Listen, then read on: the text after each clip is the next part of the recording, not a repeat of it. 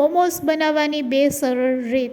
Detail recipe મેં first કોમેન્ટમાં આપેલી છે, તમે ત્યાંથી જોઈ શકો છો. 1 કપ મેંદાના લોટમાં મીઠું, 1 ચમચી તેલ અને પાણી નાખીને આ રીતે લોટ બાંધી લેશું. કોબીને રફલી કટ કરી ચોપરમાં ચોપ કરી લેશું. તે જ રીતે ડુંગળી, કેપ્સિકમ, ગાજરને પણ ચોપ કરી એડ કરી દેશું. મીઠું નાખીને તેને 10 મિનિટ રેસ્ટ આપશું. મોમોસનું સ્ટફિંગ હંમેશા ડ્રાય હોય છે, એટલે વધેલું પાણી છે તે દૂર કરી લેવાનું છે. અને 1 ચમચી તેલમાં સમારેલું લસણ અને આદું નાખી અને સ્ટફિંગ આપણે તૈયાર કરશું. મીઠું, મરી, સોયા સોસ, ચીલી સોસ નાખીને કોથમીર એડ કરીને ચટણીની રેસીપી મેં ફર્સ્ટ કોમેન્ટમાં આપેલી છે. હવે આ રીતે પૂરી જેમ વારીને પછી તેમાં સ્ટફિંગ ભરીને આ રીતે આપણે મોમોસ તૈયાર કરીશું. તો મોમોસ રેડી છે.